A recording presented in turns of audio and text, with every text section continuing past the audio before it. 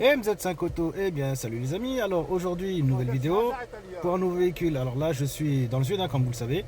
La ville ça s'appelle le Luc je crois. Donc là j'étais à Fréjus, je viens d'arriver au Luc. C'est pour un BMW X5. Bon bah, je vais vous montrer ça et puis je vais parler avec le client. On va voir ce qui se passe.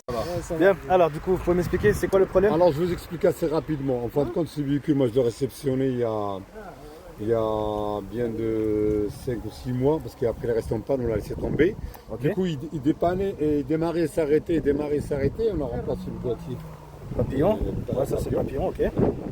Et du coup, après le remplacement papillon, donc il faut toujours à faire démarrer, il couper, il démarrer, il couper.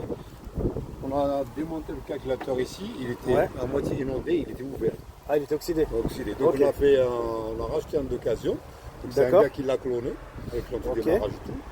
Il l'a remonté, il l'a mis en place, il est venu ici synchroniser les clés et tout ça. Ok. Et maintenant je me retrouve avec un code défaut, pression rampe.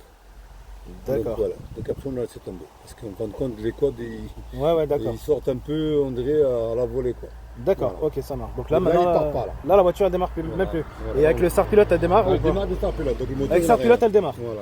Ok, c'est ce que je voulais savoir. Voilà. Non, avec le start pilote que je l'ai mis là, Ouais. là la batterie là a chargé à bloc, donc si jamais il faut mettre un booster, on mettra un booster. Ouais, bah je vais déjà passer la valise et voilà, puis. pour la patate, donc vous pouvez passer le diag et regarder ce qu'il en est. Ok, ça marche. Allez, bah je vais passer la valise. Ouais, Après, c'est on bon. regarde la pression de gasoil, elle est bonne. Ouais, bah je vais regarder tout ça, ouais. Voilà. Pas de soucis, ça marche. Allez, nickel. Bien, alors pour la suite, les gars, alors si j'ai bien compris ce qui se passe, alors bon, déjà je vais vous montrer que l'aiguille des tours minutes, comme je vous l'avais dit, hein, souvent quand les véhicules ne démarrent pas, c'est à cause du PMH. Et comme on peut voir le PMH, c'est ici. Quand vous mettez le contact, voilà. Là, elle démarre, c'est parce qu'il y a encore du start pilote, mais voilà.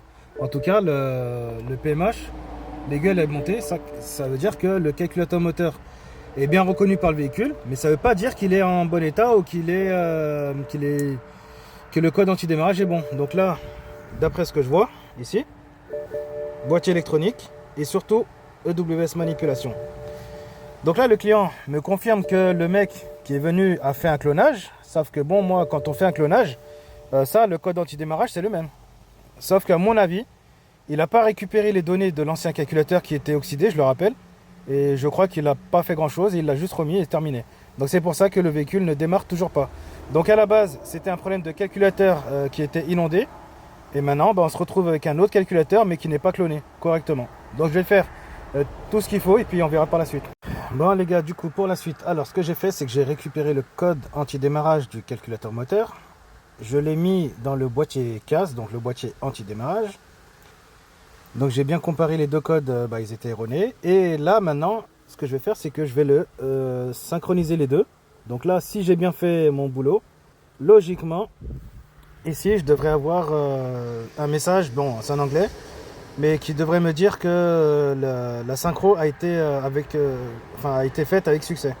Donc là on va attendre un peu, donc voilà, et ben voilà, vous voyez, start value, matching successful. Donc là ça veut dire que tout va bien. Maintenant, je vais retourner sur Insta et voir les constantes s'il y a autre chose. Parce que peut-être qu'il y a une accumulation de problèmes, mais bon, je vais me connecter avec Insta et puis on verra par la suite. Bien les gars, du coup là c'est bon, j'ai fait tout ce qu'il fallait pour l'anti-démarrage. Maintenant il me reste plus qu'à regarder là la pression de gasoil. Est-ce que c'est suffisant pour démarrer? Donc là je sais qu'ils avaient mis du start pilote, donc je vais essayer de démarrer, je vais voir ce qui se passe.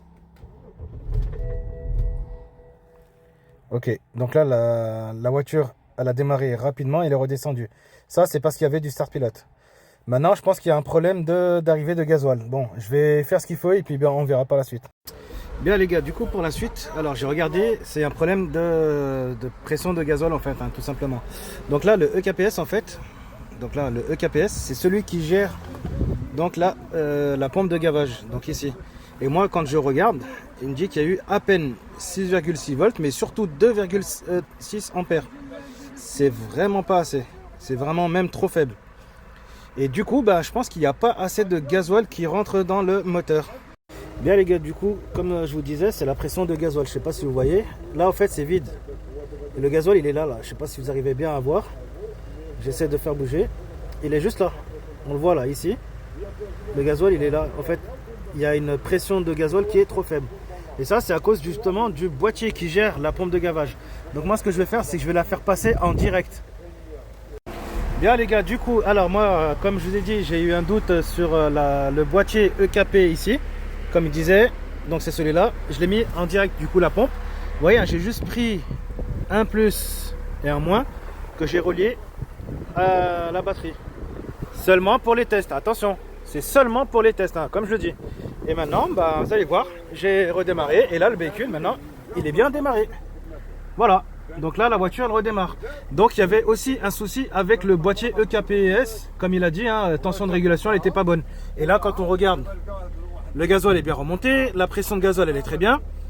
Bon, maintenant, moi, ce que je vais faire, c'est que je vais remonter la pompe de gavage directement sur le boîtier.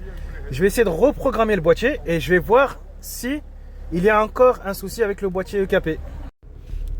Bon les gars, du coup là ce que j'ai fait, c'est que j'ai retesté donc la pompe et tout ce qu'il faut.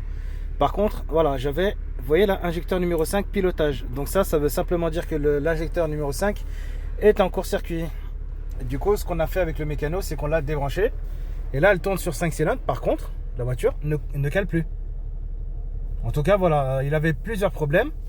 Et donc, là maintenant, ce que je peux dire, c'est que sur ce X5, c'est terminé.